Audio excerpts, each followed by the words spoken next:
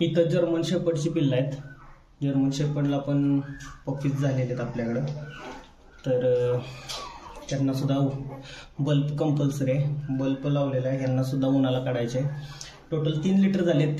एक जिप्सीला पिल्लं झालेली आहेत, मॉलीला पिल्लं झालेली आहेत आणि ही एक जर्मन शेपर्ड आहे आपल्याकडं स्टँडर्ड कोडमध्ये. तर ज्यांना जर्मन शेपर्डची पण पप्पी घ्यायची असतील अशा लोकांनी बुकिंग करू शकता. त्यांना ही पप्पीज 5 दिवसाची झालेली आहेत.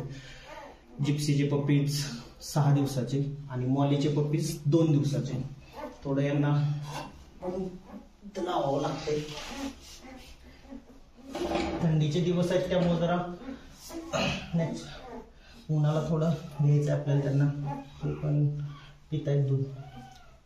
सुंदर अशी पिल्लं झालेली आहेत. स्टँडर्ड कोटमध्ये टेलला केस असतात.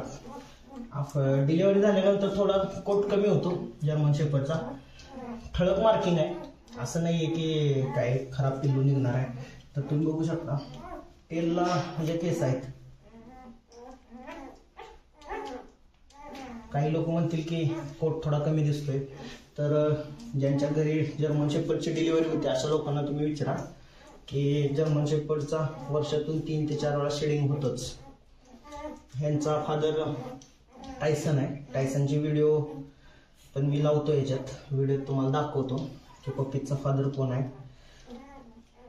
आणि ही फिमेल आहे. आता डिलिव्हरी झाली त्यामुळे तुम्हाला अशी दिसते. थोडी तब्येत खराबच होती. तुम्ही कुठल्याही प्राण्याचं बघा तर डिलिव्हरी झाल्यानंतर थोडं कमी होते. आणि ही उंच आहे फिमेल, हाईटला भरपूर उंच आहे आणि लांबडी आहे, लांब अशी आहे. 5 पप्पीज झाले होते. एक पप्पी थोडा खूपच कमकुवत होता, त्याला दूध प्यायला पण त्रास होत होता, तर तो ऑफ झाला. काय सांगता येत नसते काय कधी कसं काय होईल. आता हा पण पप्पी याच्यात थोडा लहानच आहे, तुम्ही बघू शकता बाकीच्या पप्पीजपेक्षा. असाच ह्याच्यापेक्षा तो थोडा लहान होता. ठीक आहे, थोडं काळजी घ्यावी लागते भरपूर. ब्रीडिंग करणं असं काही सोपं नाही आहे. 4 पप्पीज आहेत. कुणाला जर घ्यायचे असतील तर याचं सुद्धा बुकिंग ओपन आहे. ठीक आहे, यांना पण उन्हाला रोज 15-20 मिनिटं मी काढतो. 15-20 मिनिटं उन्हाची गरज आहे. सकाळच्या 10 वाजायच्या आत द्यायचं आहे. यांना पण दूध आलेलं आहे फिमेलला. आता मस्तपैकी ओढायला लागले. दूध आलं की असे टेल करतात पिल्लं. हेल्दी डॉग फूड हेल्दी आहे यांना. मल्टीविटॅमिन, कॅल्शियम फिमेलला, हिला सुद्धा आहे. ठीक आहे, तर यांना जर आता दूध पिऊन झालं की उन्हाला ठेवूया.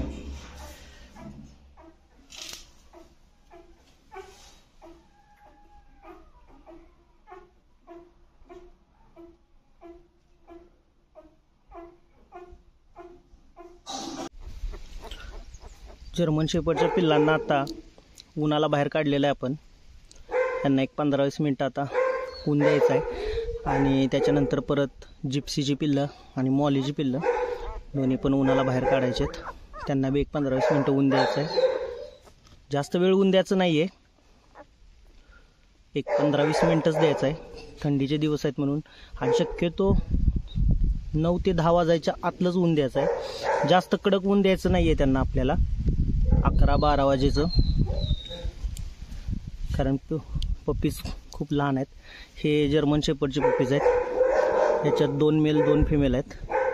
बुकिंग ओपन आहे यांचं सुद्धा. ठीक आहे, यांचा फादर टायसन आहे. टायसनची व्हिडिओ मी याच व्हिडिओत झाल्यानंतर मी तुम्हाला दाखवतो. ठीक आहे, तर यांना एक 15-20 मिनिटं ठेवून आता यांच्या आईपाशी सोडूया.